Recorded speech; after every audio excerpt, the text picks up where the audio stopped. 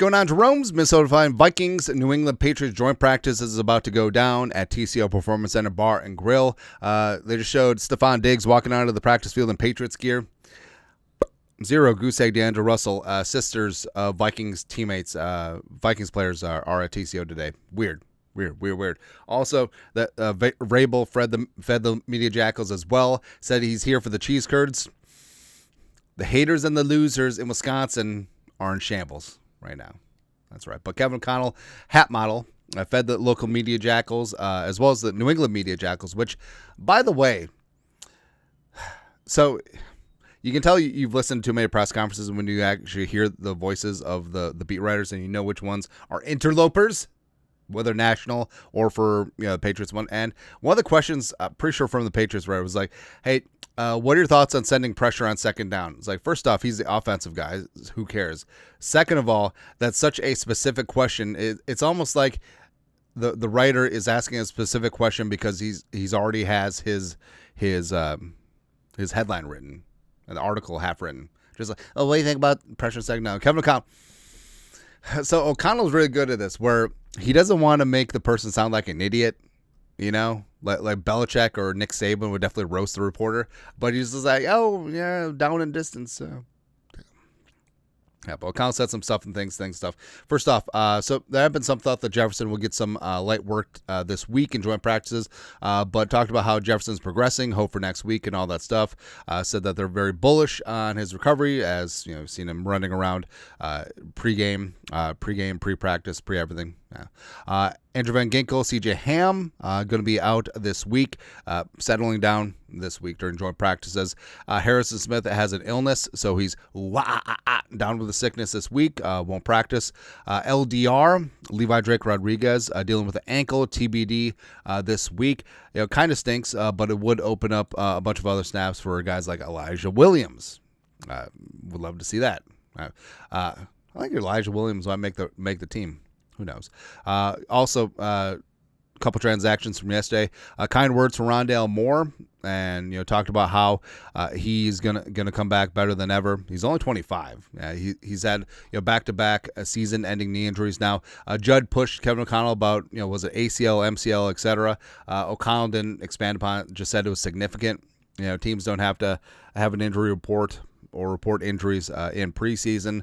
I'm sure it'll come out that it was a ACL, MCL, but yeah.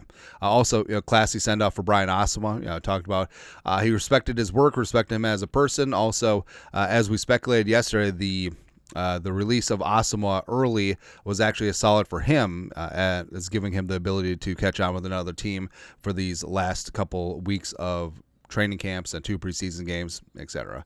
Also, mentioned that the punt return job is up for grabs. Wants to get a lot of good reps in. So, joint practices as well as the 2 preseason games could determine who ends up winning the punt return job.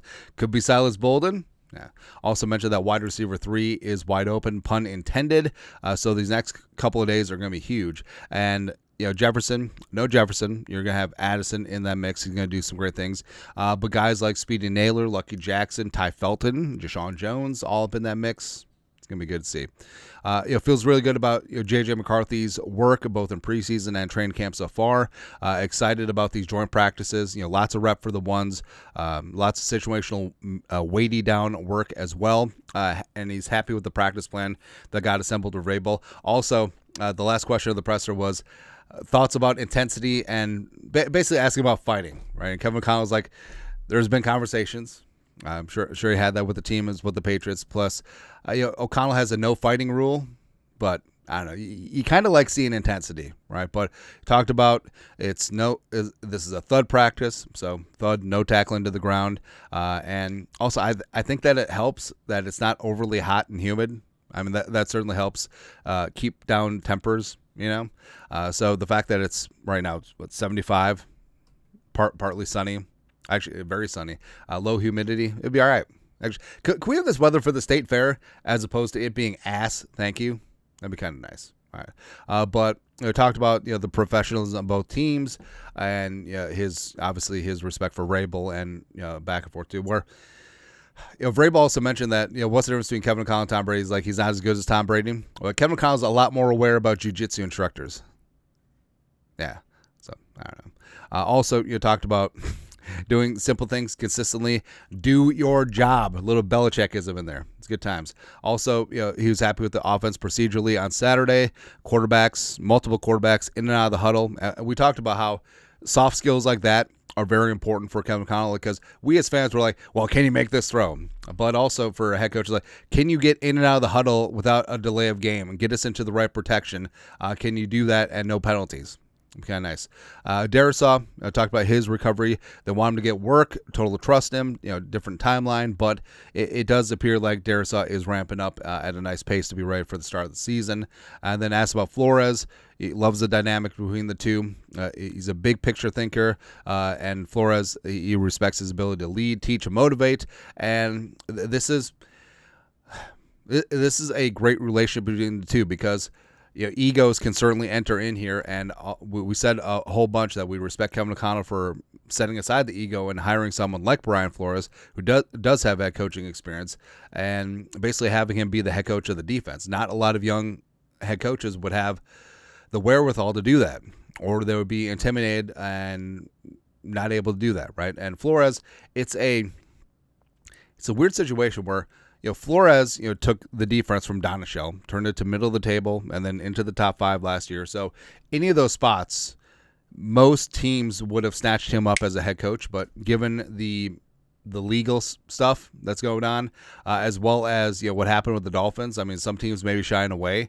So the fact that he's been artificially stuck here as defensive coordinator, it's great for the defense, it's great for this team, and also I think that he's gotten a lot out of it as well. He's talked about profusively how much he's learned from Kevin O'Connell and working with this team as well. So I think it's good. I think it's good overall. So I look forward to a couple good days of practice. Talk about practice. Preseason game, Brosmer show. Let's go, man. Anyways, that's it. Vikings head coach Kevin O'Connell's joint practice presser. Let us know your thoughts. Our thoughts, comment section. You guys are the best you have to do. Skol, production value.